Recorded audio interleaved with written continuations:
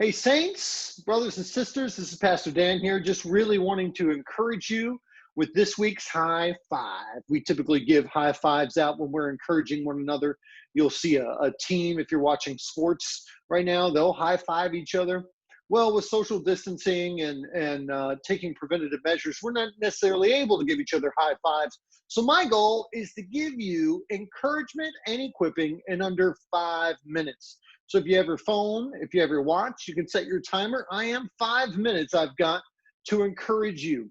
As you look here, I typically don't get into politics, but I am coming out with my endorsement of hand soap 2020, really promoting them. And you may be asking, why are you getting into politics? Well, I think one of the reasons is I feel like hand soap 2020 is really putting together a very clean campaign.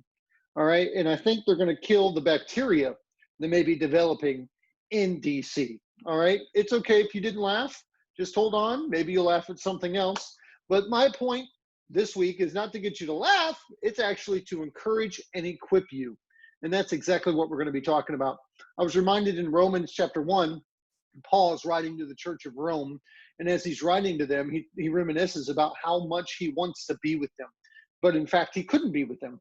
He was away. And much like now, a lot of us, we miss being with our brothers and sisters, right?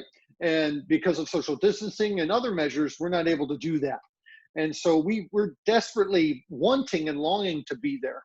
And Paul writes in Romans chapter 1, starting in verse 11, it says, "For I long to see you, that I may impart to you some spiritual gifts to strengthen you."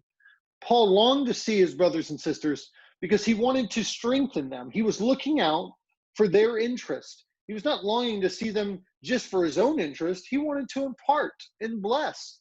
He was not coming to church to just receive. He was coming to the body to give. And then he continues and kind of describes what he was talking about in that strengthening. He says, verse 12, "That is that we may be mutually encouraged by each other's faith, by both yours and mine." That encouragement, he was wanting to encourage his brothers and sisters in the faith and trust of Jesus Christ.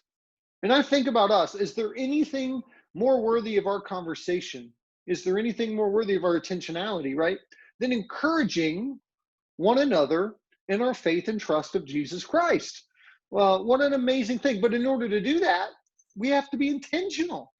It doesn't take much intentionality to talk about sports or the weather or hurricanes, whatever may be going on around us. Right? But it takes great intentionality to be able to encourage one another in the faith.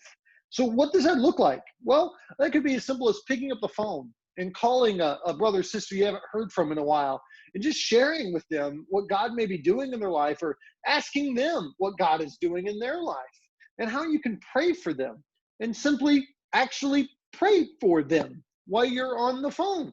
Maybe it's a Zoom meeting you can call with a coworker, colleague. Maybe it's an email that you can send.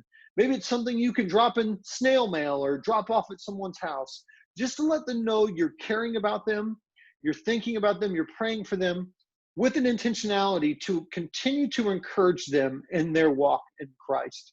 And that's why we have the body. One of the reasons is for us to encourage one another. And I love what Paul concludes that with is the encouragement would be both from your and my faith. It's mutual. There is mutual benefit to that. Oftentimes when you do encourage someone else, you too will be encouraged.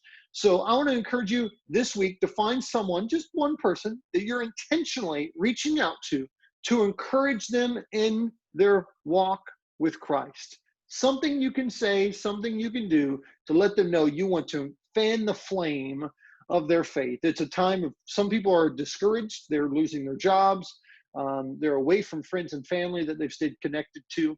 And so this is a great opportunity for us as saints to encourage one another. So this has been this week's High Five. I'm Pastor Dan with Cross Culture Church. I look forward to seeing you next week.